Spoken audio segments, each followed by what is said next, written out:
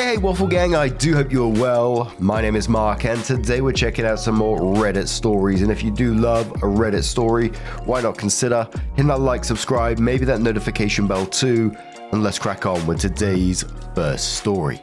Much love guys. Now today's first story comes from Destination Wedding Throwaway 12 from the Am I the Arsehole subreddit, and the update came 3 years later after the original post. It's titled, Am I the Arsehole for requiring destination wedding guests to only book through our block and not their timeshare? We're having an all-inclusive destination wedding in 2023. Like most places, we were required to book a room block in advance to qualify for discounts for guests, guaranteed rooms, and various other wedding package perks. We must book X amount of people through the room block we paid for in our contract. It turns out 2 of our guests have a timeshare through the resort, effectively slashing their reservation price by about 30% from the online price. Our package cuts it down maybe 10% at most. Weddings must be in demand. I wonder why. Without asking, they went ahead and booked their timeshare, only to tell us later. Then they shared their timeshare membership to 4 other guests. 6 total now, who are all booking reservations through the wholesale timeshare company. It's one of those multi-resort packages that cost a lump sum, and then once or twice per year the member gets heavily discounted vacations. We were okay planning around 2 guests, but now 6 guests are circumventing our wedding package that we paid for altogether. We are now somewhat worried about meeting our minimum guests booked through the package threshold in the contract to have the wedding, ceremony, and rehearsal. Without the minimum guest threshold, we lose the rehearsal and ceremony. I'm sure we can ask for an exception and pay any extra fees out of pocket if it comes to it. We'll also probably fail to meet other tiers that would give our package the extra oomph we wanted to subsidize rooms and pass around upgrades to guests, bringing down the cost of the wedding as a whole for everyone coming. We can't guarantee any subsidization until we reach a tier that helps us towards that goal, so I don't want to dangle that carrot in front of their heads. We could tell them to book 3 nights, the required minimum through our package, through us, and then any other nights through their timeshare. But I'm tempted, for simplicity's sake, to tell them no altogether. They need to book through the wedding package to be a part of the wedding. Am I the arsehole? Edit: we don't save more money if more people book. We can just pass out more free rooms and upgrades, and other guest discounts, spa package discounts, free golf, etc. That's what I meant by bringing down costs of the wedding as a whole. Our package is a flat dollar rate regardless of who books, so as long as minimum number of guests book through the block. If the minimum isn't met, we lose our private room reception and dinner, but it doesn't cost us more. Second edit, not verbatim, but I've gone ahead and told them congrats on the discount. We're happy that they're able to attend. Make sure to keep in touch with a travel agent who is more familiar with the resort to make sure all goes smoothly. I do know transportation to and from the airport won't be provided outside the package, so make sure to ask your timeshare reps how they recommend tackling that. We hadn't planned ahead last time and ended up paying $60 each way. And then I ask if the resort needs to give you specific colored wristband or anything to indicate that you're part of the wedding so you have no issues. I kind of feel like, you're having a destination wedding for people to be turning up, paying money to come across, to see your wedding, to celebrate it with you is a huge ask, and they're willing to do so. So for this expectation for them to almost subsidize your wedding in some sort of way as well, it comes across as a bit entitled in my opinion. I think it's one thing, and I'm trying to imagine myself in the situation, if a family member came up to me and said, "Oh, Mark, would you be able to book through this website? It might help out my wedding a bit more." I'd be like, yeah, cool, no worries. Be a bit gracious about it, but telling people that they need to book through the package to be a part of the wedding? Come on now. And like I said, whilst the edits did look, they were somewhat gracious maybe, there's a little part of me thinking, are they just being petty? So OP was answering some of the comments. The first commenter said, "You're the arsehole. It's not up to you where people stay, and especially not how they choose to pay for that stay." OP replied saying, "It's an all-inclusive, so the ceremony, reception, rehearsal, and etc. is all put on by the resort as part of the package. To do so in these places, they require a % of the guests must stay on site. Their rule, not my own." Edit. Geez, I understand the downvotes for some of my replies, but this one is just informational. Goodness. Another commenter says, are you making the guests pay you for their rooms or are you covering all expenses? OP said, we paid for the block wholesale. We pass savings down to guests, but we're not paying for all their rooms. Instead, we'd like to subsidize their rooms at a later date to help pay the room costs for guests. We live in a very cold climate and with friends and family all over the place, so it made more sense to us to have a wedding in a warm location and to put their plane ticket towards an area they would actually enjoy. Commenter says, you're the arsehole. Your guests are there to celebrate with you, not underwrite your wedding. The last destination wedding I went to, several guests did exactly this, and the bride and groom were just happy they came. If you try to force people to stay where you want, they might not come.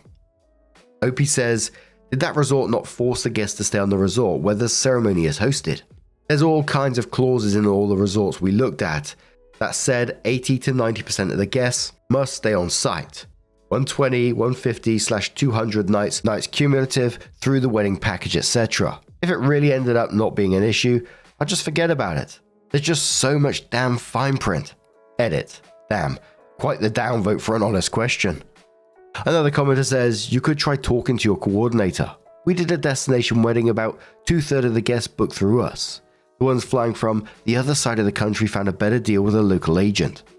We show up to our coordinator and she's able to group everyone under the same event, so we got all the perks. Private group dinners, music, champagne toast, classic car, etc. Our guests were mostly older, so a ride in a classic car is still talked about 6 years later. OP says thanks for the advice. I didn't know this was possible. Going to shoot off an email to the coordinator now. Your wedding sounds like an absolute blast. At least some affirmation that destination isn't a horrible idea. The commenter says destination weddings are gross and rude. OP says makes sense when you have family all over the world. I'd rather them travel somewhere warm than the very cold climate we live. Why spend all that money to go somewhere they definitely don't want to go versus a beach? Commenter says, hey Bridezilla, you're the arsehole. First of all, a destination wedding basically screams to people, I don't really care if you can afford this or not. I don't give a crap how much vacation time you get from your job or if you'd sacrifice a whole year because I'm so entitled. And lastly, I'm going to insist you pay more and do it through my block because I get added benefits. Never mind that I also expect an expensive gift in addition to you having to shell out the airfare, accommodations, possibly a new/different wardrobe, food and drinks, etc. and so on. You saddled people with a huge expense for the privilege of seeing you get married, and now you want to demand that they pay a higher rate. Bridezilla might be too kind. OP says most of our family and friends live nowhere near our very cold climate. We'd rather have our wedding guests potentially get excited to go rather than come into our frigid small town. We're not asking for gifts. We don't mind if guests cannot make it. In fact, we worried that having it in town would make guests feel more obligated to come. We're perfectly fine with a small wedding on the beach. The commenter says, but there's an implied gift requirement to everyone invited. That's what happens with weddings. Whether someone attends or not, they're supposed to send a gift. Essentially, all civilized society knows this. So essentially, it breaks down to most people as this. I don't care if you come because you're obligated to send a gift, except now you don't even get a dinner and some wedding cake in exchange. OP says it says directly on our website that we do not have an online registry because we're not asking for gifts due to the big ask of having them fly and stay for a destination wedding. Unless they somehow avoid that part of the website. I would hope they know. Someone says, info. Did the invite state they needed to book on your blog? OP says no, it did not. Just some methods at their disposal to help them book. The commenter says, yikes, no one's an arsehole here. I feel people are being too hard on OP and misinterpreting what they're saying. No one's an arsehole here because wedding planning is stressful and honestly a scam. And you're just trying to see if the people in the timeshares will affect your contract. But also the guests have a right to stay where they want and to save money while doing so. Overall, it's a sucky situation. You seem like a nice person who has put in a lot of consideration towards what other people's wants and needs, even though it's your wedding. Hope everything works out, and it's everything you want it to be. OP says, I appreciate the kind words. I definitely almost overreacted. Thank goodness I took a long time to reflect on what I was going to say to these guests, and I do feel terrible about that. I'll have to be more reflective in the future about each guest and the effort they are making just to attend this silly thing. These all-inclusives are a bit unusual with weddings and how the entire event works from start to finish. Lots of pages of details to look over. Well, it's my fault I signed something and not my guest's problem. I think my explanation of how this even works at these all-inclusives was poor and fell flat. The commenter says, I cannot tell you how many am I the arsehole posts we get from people who wonder if they're the arsehole for not staying at the expensive resort that the soon-to-be married couple insists on. They are never the arseholes. The hotel is counting on you pressuring your guests to stay there in order to make their profit. Do not risk damaging your relationship so they can make a buck. Your wedding will not be wonderful because you scored someone a free round of golf or 50% discount on a massage. It'd be wonderful because you and your spouse-to-be loved each other and will be surrounded by your friends and family celebrating your love, no matter how they choose to come or where they stay. Opie says, thanks for the advice. Well put. I'm going to try and forget about the contract for a while and see what happens. You're right. The way the package is structured basically makes us the salesman. It doesn't feel great, but this is what I got myself into. Luckily, I reflected enough before saying anything stupid to a guest that I'd regret later. I'm going to just enjoy our company and be grateful for anyone that can make it. Where did this hate for destination weddings come from? I've seen it a couple of times in stories like this, and I'm always confused by it. I don't know, I never see it as particularly rude or wrong. As long as there's not like an expectation for the guest to be there, you can say you can come or not. One of my best friends had a destination wedding and he told me about it, and unfortunately I wasn't able to make it due to funds and some family responsibilities at the time. And I just had to say to him, look, I'm really sorry, mate, I'm not going to be able to attend. And he was like, no, I totally get it, there's no expectation for anyone to turn up kind of thing. But for our wedding, it was the best solution for us. And I was like, yeah, cool. As long as you're cool with it, wish you all the best. We'll have to go out for some dinner or something when you both get back.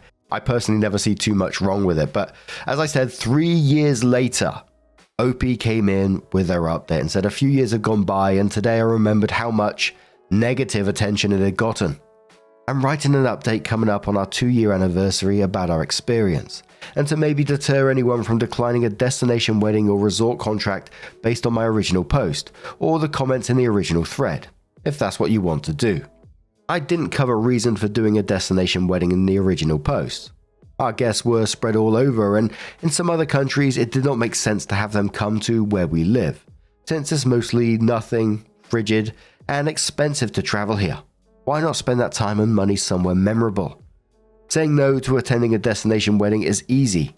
No harm, no foul. Another reason we chose a destination wedding was to spend more time with relatives who we don't see often, instead of the couple of hours. Everything went better than expected. 100 people came, so my worries about a contracted guest minimum was misplaced. I was afraid of renegotiating a contract after guests booked, since the contract had nullification clauses. I realized after the OP that the resort wants you to be a pseudo-salesman. Some comments didn't consider how these resorts operate, but many were correct about the salesy contract I got myself into. We didn't ask our timeshare guests to change anything, and we've remained close friends. The contract was our only wedding planning stress point. It's understandable if you don't want to deal with it, but if you're reading this and going through the phase now, just relax.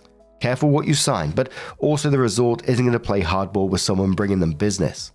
We were able to meet all thresholds, not that we cared, and spent them on upgrading all family and wedding party to beachfront swim-out rooms, and gave a % off the final room cost for all the guests.